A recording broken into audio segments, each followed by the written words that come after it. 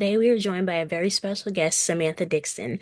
She's a 29-year-old creative entrepreneur and late diagnosed ADHD woman who is passionate about building a life and business that works with her brain, not against it. With a BS in psychology and an MS in psychology, with a focus in applied behavior analysis, Samantha brings both lived experience and academic insight to conversations about neurodivergence, self understanding, and redefining success on her own terms.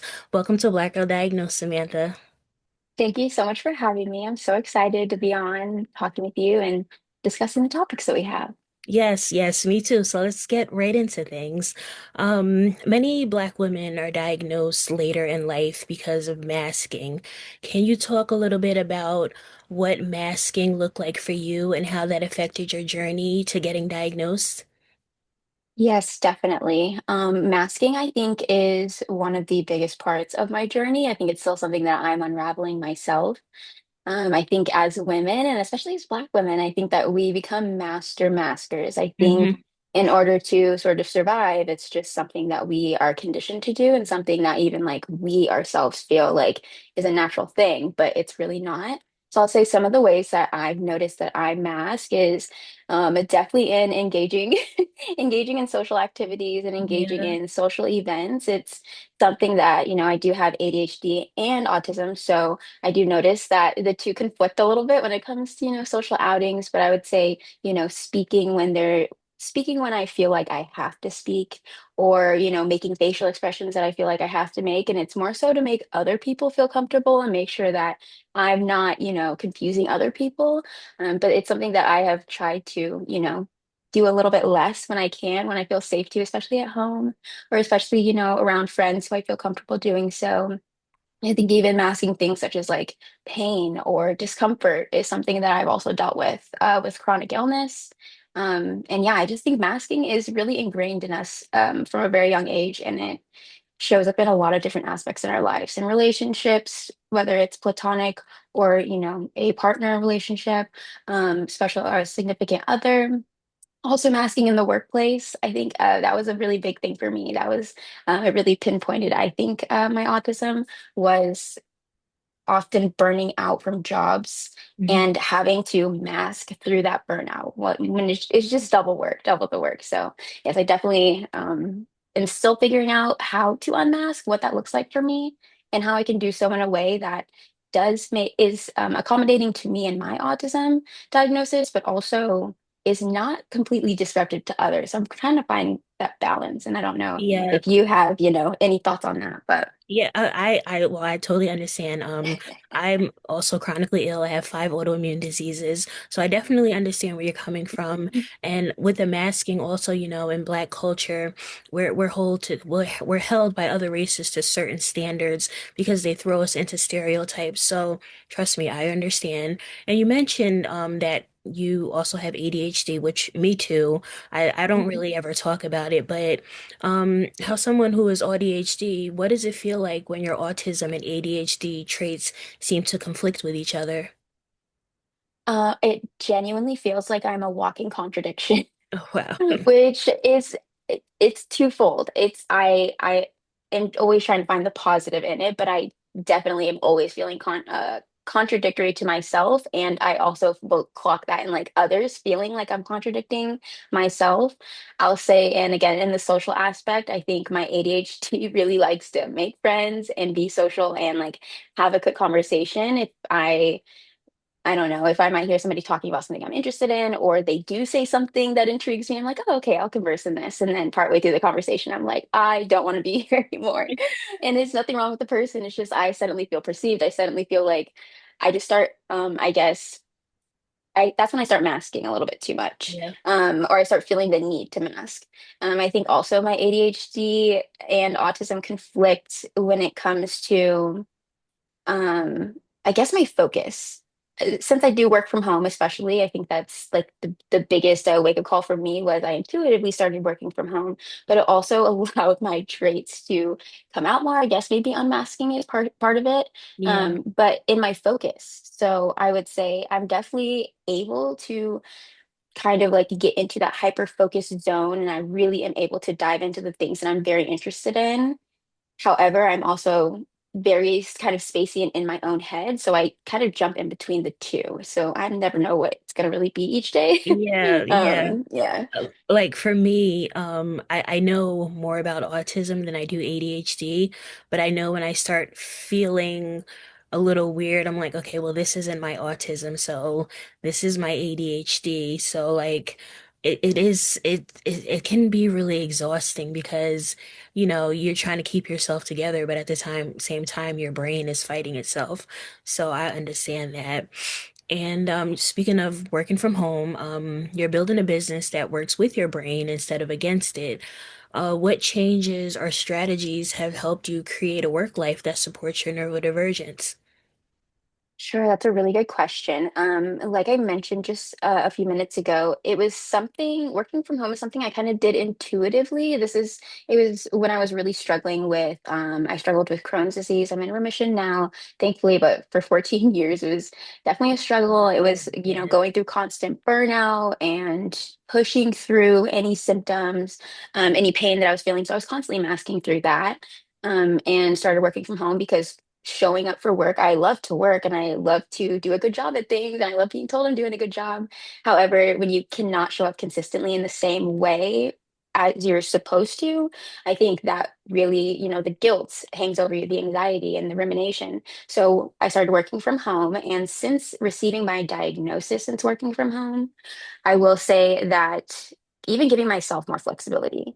I think when you're an entrepreneur and you offer freelance services, you try to work as much as you can to support yourself as much as you can, make as much money as you can, because that we know that that cushion is needed at times. However, I think, consistently being hard on myself for not being able to get as many things done on my to-do list was not helping me, or, pushing through when I'm really tired. It's like that really can wait till tomorrow. So I think showing myself the flexibility and the grace to take extra time to rest, realizing that rest is productive, working through everything is really not as productive as we think it is. I think when you are autistic and even ADHD, we are constantly feeling like we need to catch up, like we're behind.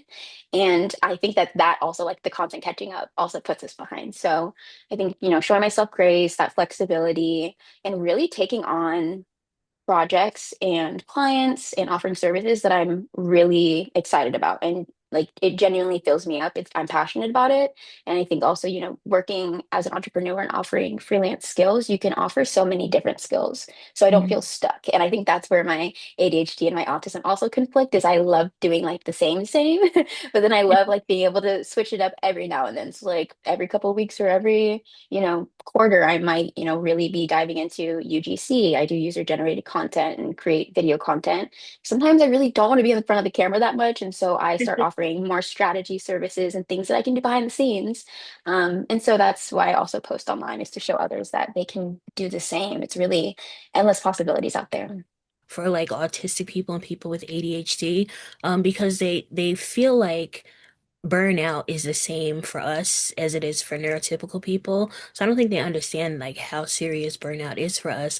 Like I had it like all last week. I kind of like I posted on social media a few times, but they were just reposts of stuff I had posted already because like I just felt like I needed a break. I felt like I couldn't breathe.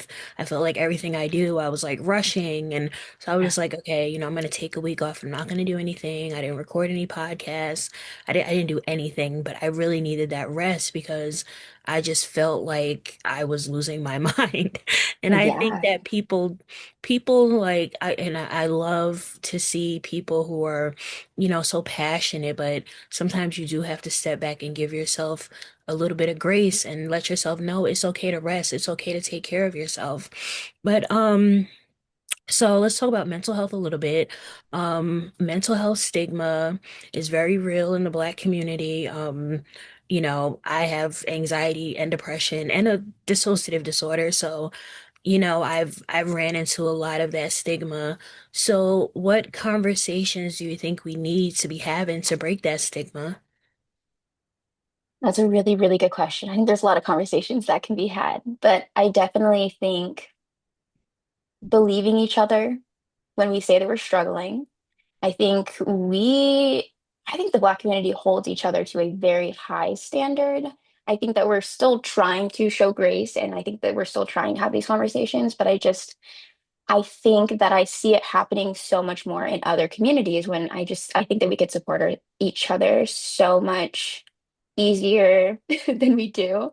I think it's starting within our families and having different conversations. I think that setting boundaries, there's people in my life who I have had to cut off because they didn't believe me. And it was sort of a thing where we have to pick and choose our battles. Not every battle is worth fighting. However, I do think Absolutely. voicing your concerns and voicing how you're feeling is very, very important. I think if somebody knows, somebody's going to catch on, and either, not that it's anybody's job to help, but I think to just hear you out.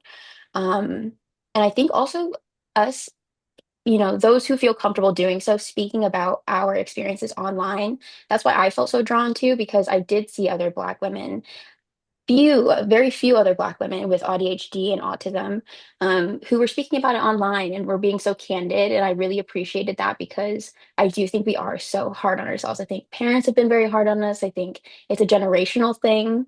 And again, maybe that was a survival tactic back then, but I just think as we progress and evolve in society, and as a culture, I do think that we need to not be as hard on ourselves and not be as hard on each other, showing each other that grace. So yes, like have these high expectations, high standards for ourselves, but also realize that mental health is not exclusive to any one race or community. And we of all communities would be dealing with the most mental health issues. So I think it's a little counterintuitive to think that we don't. Um, Yeah. I think that we hide it really well because we've had to. Everyone Yeah, around us yeah, has been telling us to hide exactly. it. So, I mean, what else? Yeah, I think if And we talk about it more and discuss it more, what hopefully you that'll said help. about boundaries is so important. Like I actually like, and I Yeah. cut this, it was like a family friend off years ago because, Mhm. I was going through a bout of depression Mhm. and they were like, "Oh, you're being so negative. You're bringing negative energy around. You can't bring that negative energy to my house." And I'm just like, "Well, I'm depressed. Like Yeah. I'm not being negative. I'm trying to, speak about the mental health issues that I got going on." And then you have other people who are like, well, what do you have to be depressed about? Not really knowing everything that you're going through, but they shouldn't feel entitled to know what you're going through just to offer support. Or to even understand it. They do not have to have experienced it or understand it themselves to offer support or Yes. empathy, sympathy, anything like that. And agreed with it. I'm a boundary queen now. I think Oh, me I've too. always kind of told other people, it's like you gotta set these parents first thing. We have to set boundaries with their parents. Yeah, I had I know to. I that's a had to hard start. one, I had but to we start have setting to. boundaries with people. And it was kind of hard because I did lose some people when I started setting boundaries. It did hurt, but I knew that I had to do it for my well-being and for my mental health and for my physical health. So, Um, I think sometimes we are a little bit hard on ourselves. Like, sometimes I would set a boundary and then I'd be like, wow, well, was I a little bit too hard on them? But no, you set the boundaries that are comfortable and that are best for you and best for your mental health.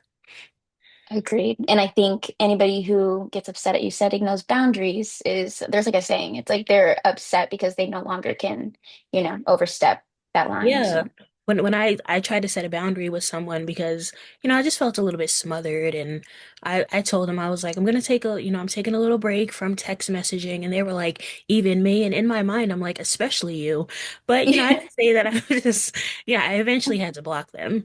hmm And I'm Just, proud of you for doing that. It is hard to set the boundaries. And I think it also is. that's part of like, I don't know if that's masking, I don't know what sort of conditioning that is in us, but it's also, again, like not trying to make another person feel uncomfortable or upset. We're not trying to hurt feelings, but it's also like stress is, I think that's a really big factor in my life. So I try to negate the stress as much as possible. Life is stressful enough. So I think, setting those boundaries and having people around us who support. And I'm also even being more mindful about having more neurodivergent friends in my life. I think we automatically kind of attract each other, but I'm also noticing have been, friendships and relationships in my life that were not conducive to who I am. I am autistic. I am ADHD. So it's like I'm now realizing, what friendships, relationships, even job opportunities are not aligned with me and my Yeah. brain. Yeah, right. So, you share your content about your late diagnosis journey. I've been there. I'm a millennial, so I, I'm a young millennial, so oh, okay. I people didn't know about autism when we were little girls. Mm-mm. So, I've definitely been there sharing my journey about, my late diagnosis journey. What inspired you to be open about your experience, and what kind of impact have you seen from sharing your story? That's a really good question. I was really inspired by all the women that I saw sharing their stories online. And it wasn't even necessarily like, oh, they're doing that. I want to do that. It genuinely, I came across the content and it helped me realize that I was ADHD. And then through treating my ADHD and still being on that side of TikTok, I started getting on autistic talk. And I was like, oh, okay, got it. Now that makes sense. Yeah, I think I'm like, that's like a canon event, isn't it? But I think that relating to them so much and just seeing how almost empowered they were, watching some who had started posting from like the beginning of their journey, whether they had just received their late diagnosis or they were seeking a late diagnosis, and just seeing almost like the growth and empowerment of them speaking about it. And I did work also heavily with autistic kiddos. I did ABA, I worked in ABA. So I thought that was really interesting that I was like, okay, that's maybe why I related to the kids so well. Um, and it kind of was like a full circle. It was more so, it was like me being interested in learning more about autism and ADHD and being late diagnosed in women. And also me realizing how pivotal that was for me to come across that content and me wanting to help continue that, I guess, if that makes sense. I was already posting about my life and like chronic illness and, you know, having a life. So I think it was just kind of a natural progression. And in sharing what I have so far, and it hasn't been a ton, I have like slowly kind of, I guess, incorporated it into my own content just because I think maybe a lot of us struggle with this, but the imposter syndrome of not having a diagnosis yet, I didn't want to impose on saying I had a diagnosis when there's a whole community that already did. But since sharing, I've had so many people reach out and like genuinely have said that they've been struggling and they just really thought something was wrong with them, but that there were no answers, and they've ended up receiving an ADHD and or autism diagnosis since seeing my content. So it's not that I'm trying to diagnose anybody, but it's just I would have never known if I didn't. I don't think I would have known if I didn't come across the content. It would have probably taken me 5, 10 more years to find out with just, the way things are. And I think just making the information accessible to others where they can kind of start thinking about things and showing themselves that grace and noticing, what's out of alignment in their own lives and causing, extra stress or, am I going through constant burnout cycles? Am I sick because I'm, expending too much energy doing this or, not recovering enough? So yeah, I'm just trying to be helpful, I guess. It was just like always one thing I wanted to do was help people. And so I think like teaching people how to make money online in different ways and also showing people that like women have autism too and Black women have Yeah. autism and ADHD. I don't know, it's been really cool and I think it's been helpful so far. Yeah, that's amazing. Like me myself, I wasn't seeking an autism diagnosis. I was actually diagnosed as, being having bipolar, being bipolar. I'm not sure what people prefer who are, but and it kind of like, I wouldn't say I had a nervous breakdown, but everybody was like, what is wrong with her? So I got my diagnosis by accident. I just happened to be Yeah. put in a psychiatric hospital, and after a couple months, they were like, we're gonna give her a like full evaluation. And in that evaluation, which took a couple of days, they just found out that I was autistic and have ADHD and dyslexia and a whole bunch of shit. But like um when I learned, I didn't say anything to anybody for a long time. And then finally in 2020, during the pandemic, I started to share my story. And for some reason, people were like really like accepting of it, or other people were like, I started following you because my daughter is autistic, and Yeah. you helped me understand her. So, like it all, like with me and my platform, it all kind of happened by accident. I was just sharing my lived experiences. But I actually was diagnosed already when I got on TikTok, but I did notice when I got on TikTok, I found like a sense of community there. And I heard like a woman, a mom, she was saying how, a lot of adults who are just being diagnosed as autistic are romanticizing autism. And I'm like, just because we're not like your son and we don't have the same experiences as him doesn't mean that we're romanticizing anything. So there's a Mhm. lot, there's a lot of people out there who don't seem very happy that a lot of adults are being diagnosed, but I'm like, well, why not? Well, people have the right to know why they're different, and especially as Black women, with us always being like demonized for our behaviors, why can't we learn that we're autistic? I just had a lady comment. I hope Black women, I don't know if you've been on social media, but I posted it. They're like, I hope Black people aren't going to start using this as an excuse to be I rude did and see your loud that. and And what if we do? And what if we do? like rude and loud and mean. So I really had to Ugh. like break it down. And I posted her comment. I didn't even blur her name out. I'm like, let everybody see who you are. Yep, But all air right. her out. I don't want to ramble because I do that sometimes. Um, do you have any recent projects you'd like to share?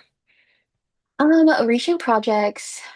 Well, I guess my YouTube channel is a recent project, sort of. I've been posting there. That's totally been like a passion, a goal of mine. But I think in working in the online space now, I think I just like have more knowledge under my belt to share there. So my YouTube channel is one.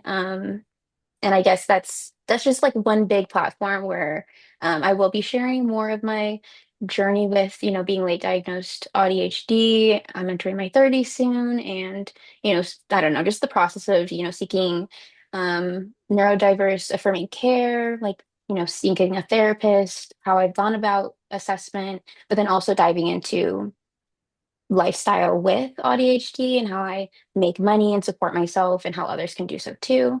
So I think that's like one big project that I would love to share. Um, and really quick, I would love to jump back to your what you were mentioning about, the late or the diagnosis and hopefully Black people wouldn't use it as an excuse and things like that. I do think there's a lot of conversation around that, There around is. adults receiving more diagnoses, and is autism being diagnosed way too much? Is the spectrum too large? And I just think we have to remind people that just because more diagnoses are appearing seemingly doesn't mean that the diagnosis criteria is changing. It just means more Yeah. people are no longer flying under the radar. And why wouldn't we want more people to be correctly diagnosed so that, society as a whole could be supported in the ways that it needs to be? I think maybe there's projection in some people. I think maybe some people might need a diagnosis. They just were never had the opportunity to receive one. And I think Yes. that's also okay to say, but it's never too late to receive a diagnosis Hmm. um, because it's hereditary. So Yeah, I and asked my parents, I said, who wants to get a diagnosis? Who wants to get a test? A few years ago, there was actually a doctor who was trying to get the diagnosis criteria changed because he was like, diagnoses are just being given out too freely now. And I'm just like, I have a whole post about it. I just haven't put it up. But to me, it just felt like he wanted to say too many Black people are being diagnosed as autistic. But I was like, wow, you're going to change the whole criteria because you think the diagnosis is being given out too freely? This isn't an exclusive white boys only club. But I was just like, okay. I did post about it like when it first happened. This was probably a good 4 years ago, like when, somebody who had like a faceless channel, they sent me the Of course. information and they asked me to share it. So I was like, sure, I don't care. If Yeah. somebody says something, I'll just block them. But what do you want people to know and take away from this interview? I would love people to know. I feel like this is probably voiced a lot, but I really just want to remind people that it doesn't have a look. It doesn't have a sound. It really it does have very clear diagnostic criteria. So it's not like anybody can just get diagnosed with autism. But I will say, I think people that you think might not be autistic, it's like I've also gotten that, like, you don't seem autistic, you don't look autistic.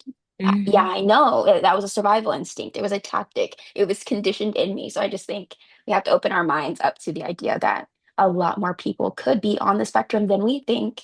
And even if they're not on the spectrum, even if they are diagnosed with ADHD or any other neurodivergence or mental health condition, I think that we just need to show grace. There's not necessarily anything wrong with that person, but they just might need different accommodations. They might need, everybody's different. I just think we need to keep in mind that everybody's different and we can't support each other in different ways. Yes. Where can everybody find you? Everybody can find me at the Samantha JD across socials. So TikTok, Instagram, YouTube, all the things. Okay, awesome. Thank you so much, Samantha, for sharing your powerful story and wisdom with us today. To our listeners, like always, thank you for tuning in to Black Girl Diagnosed. Your presence and support means everything. And until next time, take care and keep advocating with love.